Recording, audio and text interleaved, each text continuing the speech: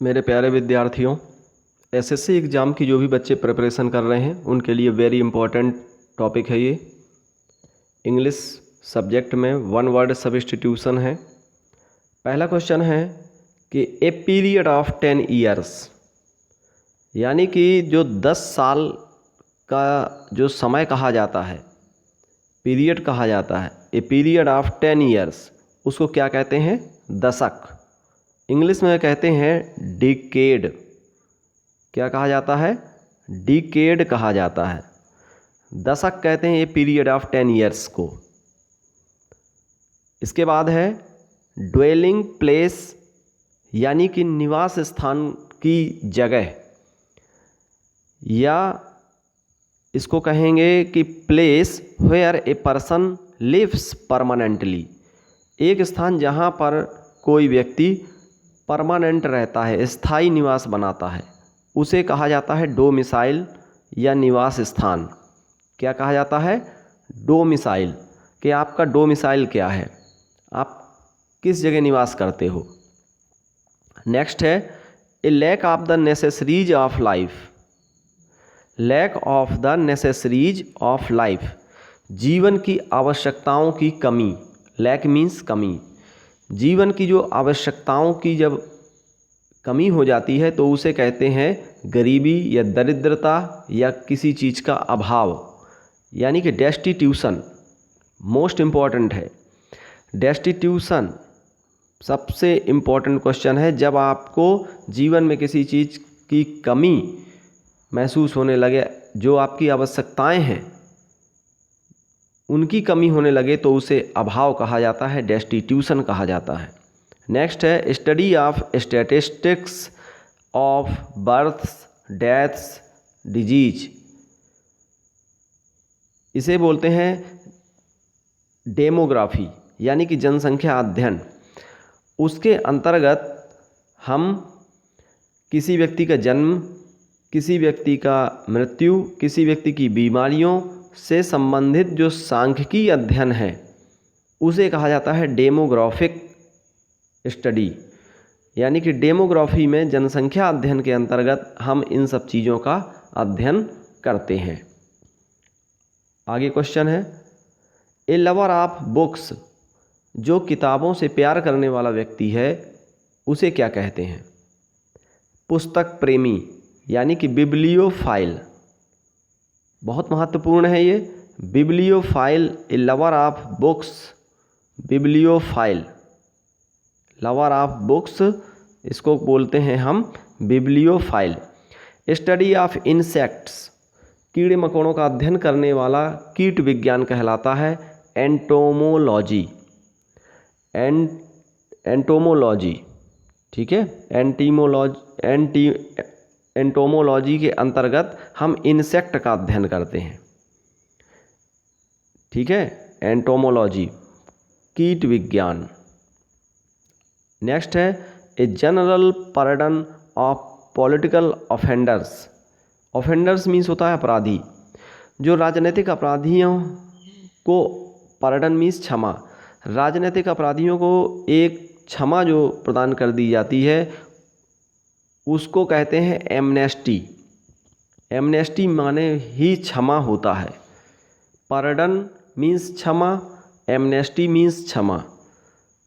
Offenders means अपराधी। राजनीतिक अपराधियों को एक सामान्यतः जो क्षमा दी जाती है उसे कहते हैं amnesty. A place where a wild animal live, एक स्थान जहाँ पर जंगली जानवर रहते हैं, सैंक्चुअरी कहा जाता है। क्या कहा जाता है? सैंक्चुअरी। इसके बाद नेक्स्ट क्वेश्चन है a person who can appreciate art and music, जो कला और संगीत की तारीफ कर सकता है जो व्यक्ति, एक व्यक्ति जो कला और संगीत की प्रशंसा करता है, एप्रिसिएट मीन्स प्रशंसा करना, उसे कहते हैं कॉन्सर। यानी कि किसी चीज़ का पारखी है, माहिर है, किसी चीज़ में विशेषज्ञ है, वो उसे कहते हैं कॉन्सर। यानी कि अब जब विशेषज्ञ होगा तभी वो उस चीज़ की प्रशंसा कर पाएगा। कला और म्यूजिक की प्रशंसा करेगा कोई व्यक्ति, उसे कहा जाएगा विशेषज्ञ ठीक है। कॉन्सर, an abnormal fear of high places, यानी कि जिसको ऊंचाई वाले स्थानों से सामान्यतः डर लगता हो। द फियर ऑफ हाइट, जिसको हाइट से डर लगता हो उसे कहा जाता है एक्रोफोबिया। अगर विकल्प में एरोफोबिया आ जाए तो आप एरोफोबिया पर टिक नहीं करेंगे, एक्रोफोबिया पर टिक करेंगे। यानी कि जिस व्यक्ति को ऊंचाई से डर लगे उसे कहते हैं acrophobia. Something no longer in use, कुछ चीज़ें जो अब लंबे समय तक यूज में ना आए, यानी कि जो अब प्रचलन से बाहर हो गई हों, अप्रचलित हों, उसे कहते हैं ऑब्सोलीट। क्या कहते हैं? ऑब्सोलेट। ठीक है, ये बहुत इम्पॉर्टेंट है, ऑब्सोलेट, अप्रचलित। Fear of being enclosed in A small closed place, किसी एक छोटे बंद जगह पर किसी को अगर बंद कर दिया जाए तो उससे जो उसके अंदर डर उत्पन्न होता है उसे क्या कहते हैं? क्लास्ट्रोफोबिया। यानी कि किसी बंद जगह पर घुटन महसूस करने वाला स्थान, जो घुटन महसूस करना, उसे कहते हैं क्लास्ट्रोफोबिया। जो घुटन महसूस होती है बंद जगह पर रहने पर उसे कहते हैं क्लास्ट्रोफोबिया। मोस्ट इम्पॉर्टेंट, बहुत इम्पॉर्टेंट है ये। ठीक है, अगला क्वेश्चन है person very hard to please. Very hard, बहुत कठिनता से कोई व्यक्ति प्लीज, प्रसन्न होता हो, यानी कि वो अकड़ू स्वभाव का है, नक चढ़ा स्वभाव का है। ठीक है, तुनक मिजाज स्वभाव का है, जो जल्दी से प्रसन्न ना हो उसे कहते हैं अकड़ू टाइप का व्यक्ति है, फेस्टिडियस। क्या बोलते हैं? फेस्टिडियस। ये भी बहुत इंपॉर्टेंट है, कई बार प्रीवियस ईयर में पूछा गया है। Time after twilight and before night. Twilight means होती है सांझ, सांझ के बाद का समय, time after twilight, and before night, और रात के पहले का समय, इसे कहा जाता है गोधूली वेला, यानी कि डस्क। डस्क, सांझ के बाद का समय और रात के पहले के समय को गोधूली वेला कहा जाता है, डस्क।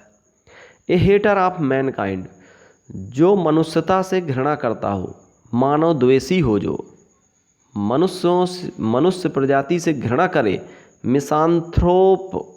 क्या कहते हैं? मिसांथ्रोप। और ये भी बहुत इंपॉर्टेंट है, मैनकाइंड से घृणा करने वाला मिसांथ्रोप। ठीक है, तो जो भी बच्चे नए हैं इस चैनल पे वो तुरंत ही इस चैनल को सब्सक्राइब कर लीजिए। और इससे पहले जो बच्चे अभी नए हैं वो पुराने वीडियो भी हमारे देख लें, इंग्लिश से रिलेटेड सारे वीडियो वो अध्ययन कर लें और उनको अपनी कॉपी पर नोट डाउन कर लें, जो इम्पोर्टेंट आप समझें, क्योंकि एसएससी एग्ज़ाम के लिए बेहद इम्पॉर्टेंट हम इंग्लिश में हर चीज़ कंप्लीट करवाएंगे जहाँ जहाँ से भी क्वेश्चन आते हैं। और देखिए, जिस लेवल के क्वेश्चन आते हैं उसी लेवल का wifi exam IQ study material देने की कोशिश करता है। हमारी ये कोशिश है कि अपने भारतवर्ष से गरीब छात्रों का भी एसएससी में सिलेक्शन होना चाहिए, जो ग्रामीण क्षेत्रों से बिलोंग करते हैं जो बच्चे, उनका भी सिलेक्शन होना चाहिए।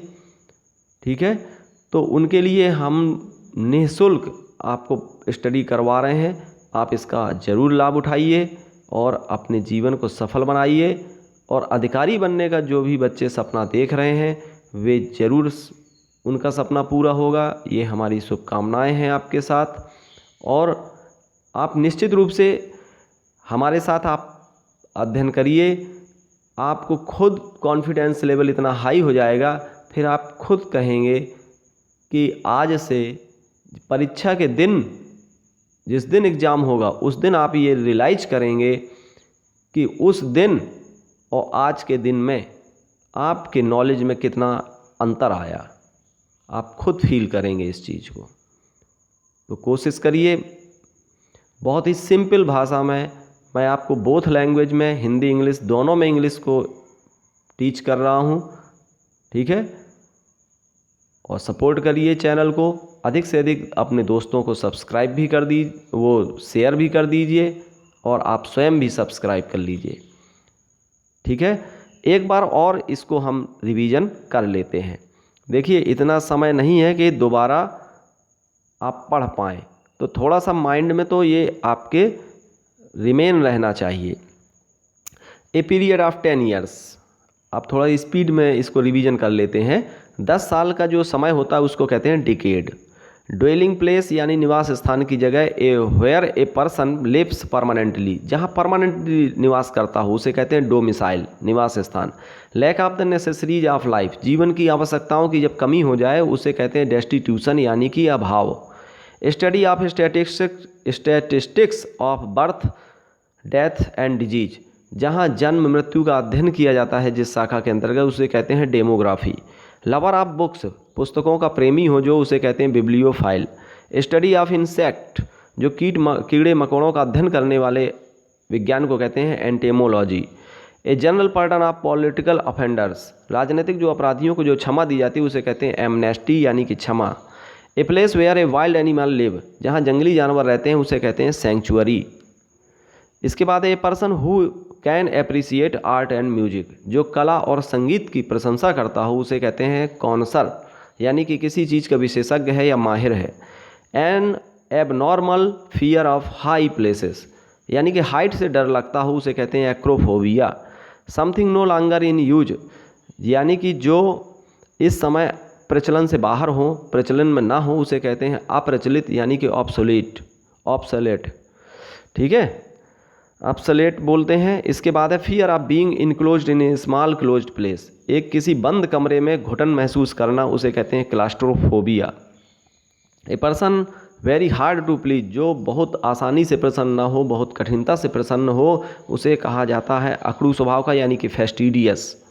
Time after twilight and before night, सांझ के बाद और रात के पहले का समय डस्क कहा जाता है। ए हेटर ऑफ मैनकाइंड, मिसांथ्रोप कहते हैं, मानवद्वेषी कहते हैं, मनुष्य से घृणा करने वाले को मिसांथ्रोप कहा जाता है।